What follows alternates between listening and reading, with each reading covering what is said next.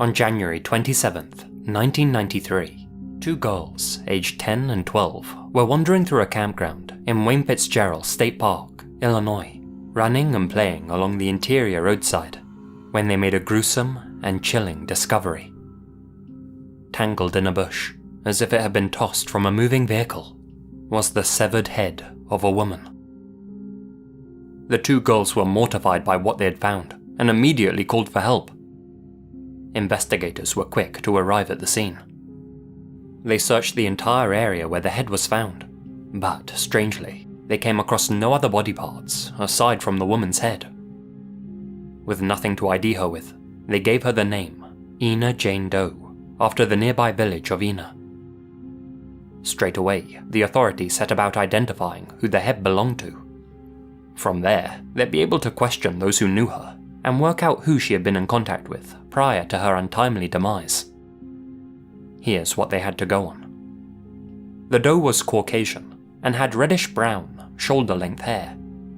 Forensic experts at the time estimated that she was between 30 and 50 years old, and considering that her face was still relatively fresh and recognizable, she hadn't been dead for more than 2 weeks. Her life had most likely ended prior to her head being removed, and the cut had been made cleanly by someone with a lot of upper body strength. With only a head to work with, they were of course unable to accurately estimate the woman's height and weight, and obviously had no items of clothing or possessions to help them figure out who she may have been. But surely uncovering the doe's identity was just a waiting game. After all, somebody out there must be missing her, right? Family members, friends, colleagues, somebody. Well, that's the thing. No missing persons in the local area matched Ina Jane Doe's description. Whoever she was, she likely wasn't a local, which made the detectives' work that much harder. With there being literally hundreds of thousands of missing people throughout the US at the time, and very limited DNA technology to link the head to any of them, giving Ina Jane back her identity was going to be a monumental task, and figuring out who killed her and where they left the rest of her remains was going to be even harder. Since they couldn't link the doe to any missing person reports, the authorities began actively appealing to the general public, asking if anyone out there knew who she may have been. They did so using this ephod, which made the woman look more ghoulish than human. But why make her look so uncanny? Well, as I've mentioned in past videos, police forensic artists sometimes enhance or exaggerate a deceased or wanted person's most defining features in order to make their ephod more memorable and attention-grabbing. If their reconstructions are too realistic, they run the risk of making their subject look like a generic person. Take, for example, this ephod of a female person of interest in the Madeleine McCann case. Many internet sleuths pointed out that it looked just like Ghislaine Maxwell. Striking resemblance, right? Could Maxwell have been involved in Madeleine's disappearance? Well, as monstrous as Maxwell is, this wasn't her. It's just that the ephod is a little too generic and resembles a lot of women with short black hair. If the artist dramatizes the victim's face, however, the general public are much more likely to think, yeah, actually I did see a girl with a chipmunk-like face a few days back. In the case of the Ina Jane Doe, they employed that same technique. Whoever the doe was, it was determined that in life she had suffered from chronic spasmodic torticollis, otherwise known as wry neck syndrome, a condition that puts stress on the muscles that support the head and makes the neck appear crooked. Using that information, the composite artist twisted the doe's neck in her official ephod and gave her extreme facial asymmetry.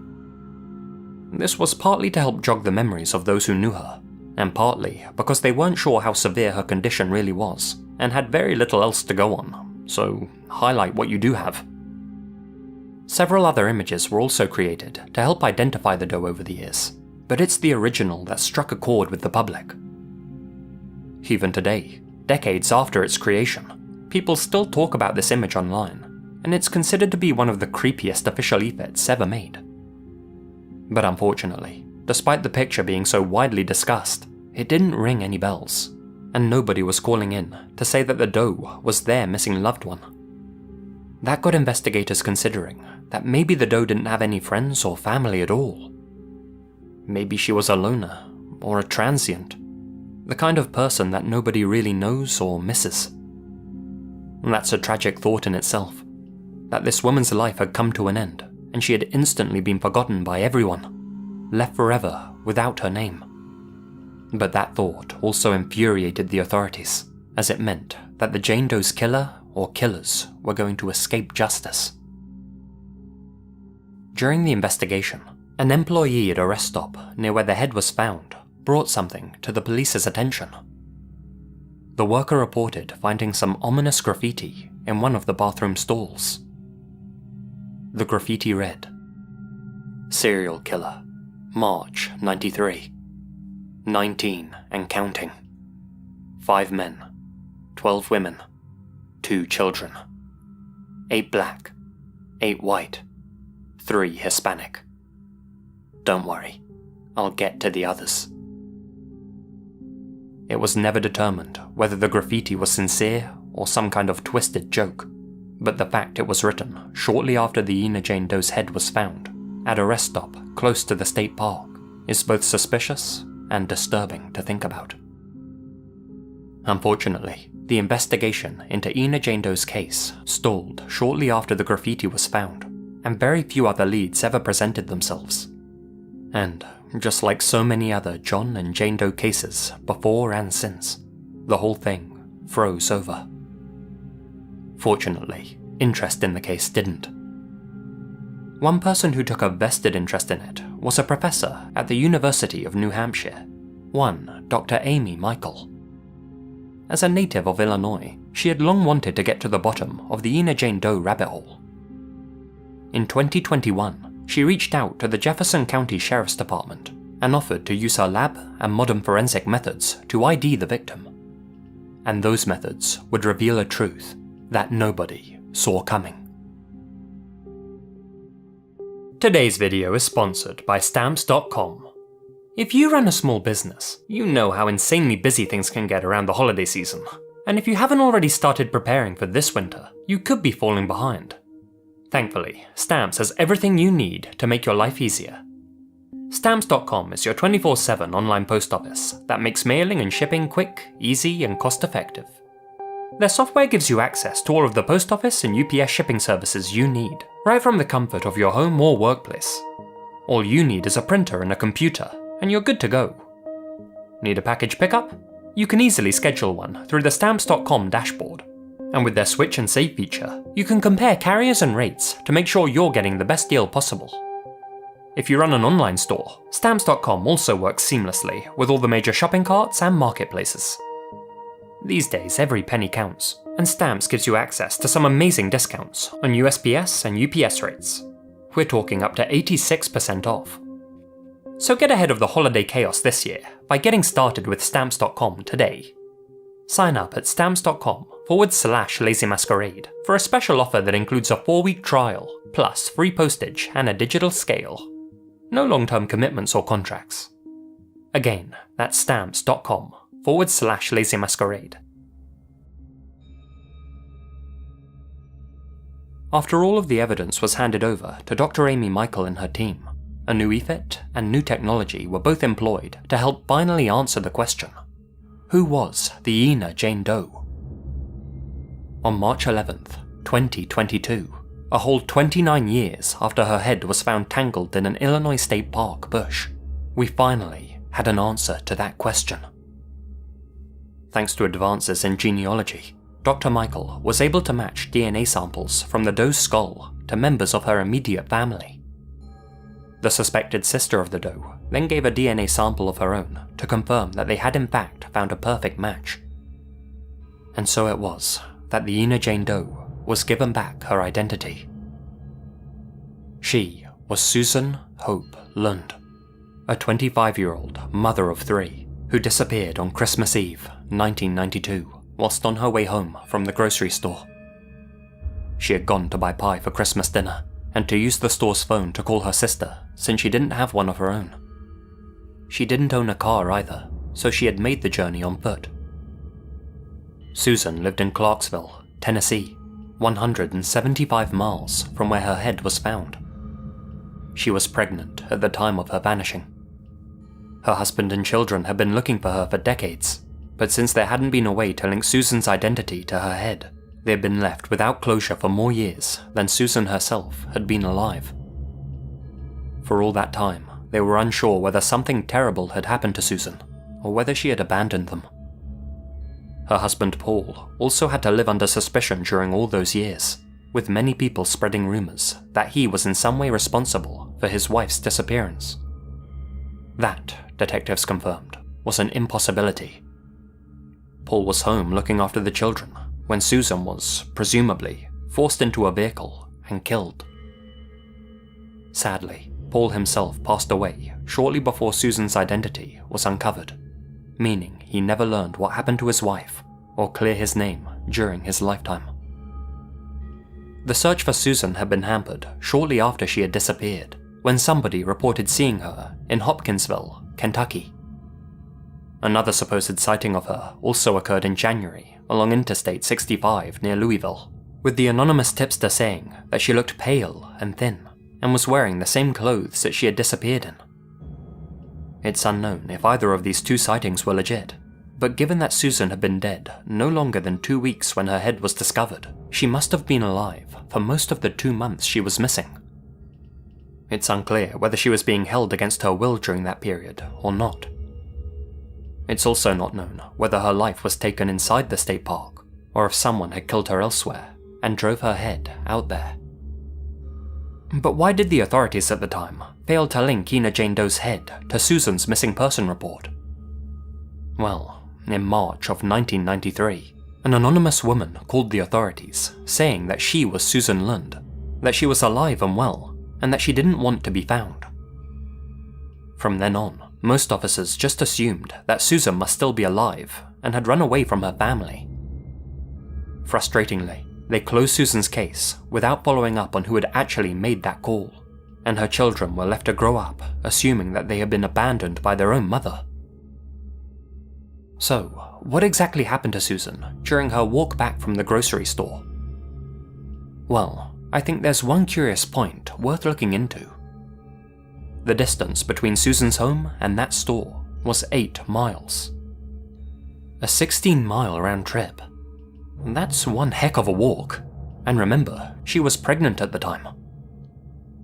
What we do know is that Susan made it to the store since she was able to phone her sister. During the call, Susan sounded happy and talked with her sister about their upcoming plans together. Given the distance between Susan's home and the store, I think it's likely that she planned to hitch a ride. I can't see her making it to the store on foot myself, so she likely caught a ride there from a stranger. That person was a good Samaritan. Sadly, I think that whoever she caught a ride back with wasn't. Although the identity of the Ina Jane Doe has finally been determined, the identity of her killer remains a mystery to this day. There are several other questions that remain unanswered too. Who was the woman that called the police, claiming to be Susan? Was she somehow involved, or was she just sick in the head? Who had left the chilling graffiti message at the nearby rest stop, and was it related to Susan's murder? And finally, where is the rest of Susan's body? Only her head has ever been found. Despite 29 years having passed since Susan's life came to an abrupt and mysterious end, detectives are still working to bring the perpetrator to justice. During a press conference, Jefferson County Sheriff Jeff Bullard said that, quote, "In most homicide investigations, victim identification is done very quickly, and we can move forward following up every lead and determining victimology to try and ascertain the truth as to what happened. Our mission is still to find the truth about what happened to Susan." Looking back, it's easy to see why the original EFIT of Susan didn't generate many leads. After all, her wry-neck wasn't nearly as pronounced in real life as the initial morticians thought. In fact, her condition was so mild that it was basically unnoticeable. Since few people noticed Susan's crooked neck in life, The exaggerated composite didn't have the desired effect of jogging memories. But funnily enough, it's the original's uncanny valley quality that's helped keep interest in Susan's case alive for all of these years, and stop Tina Jane from becoming just another doe. If this image hadn't been so ghoulish, far less people would have been talking about this mystery and thinking about who the head may have belonged to. In a roundabout way, it may have been what helped give Susan back her name. Now let's make sure that this case continues to stay alive online, so that one day her killer can be named as well. If you have any information pertaining to Susan's case, please contact Detective Captain Bobby Wallace at the Jefferson County Sheriff's Office. His email is in the description.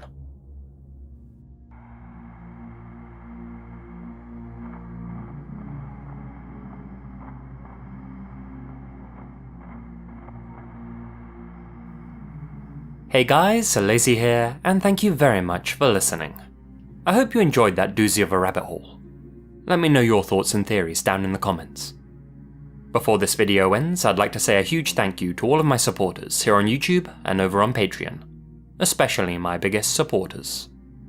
Itai Allen, Hamish K, Torpid Chair 1139, Nephus 1988, Lydia Cumo, Jacqueline Guevara Phelan, Jesse Jug, Alex Greensall, Anya Yekaterina Faustov, Asia Mina, Azriel Warakai, Chief Kochuake, Colin Monsma, Connor Lotham, Expand Dong, George Lopez, Gina Valera, Grace Archie, Ian Billock, Infamous Sempapi, Kawaii Evil, Larry Mattingly, Leonardo Martinez, Lyndon Witebski, Monica Mendoza, Natalie Escobedo, Peter Logdraj, Philip Wester, Taylor and Monica Gruenk, The Only Dorita, Zane, Brad Hammer 33, Mrs. Yvonne Rankin, and the Deck of Cards. Thank you guys so much for your continued support. Be sure to smash that like button or I'll smash you, and you'll be hearing from me again very soon. Until then, you all stay spooky. And remember, the best things happen in the dark.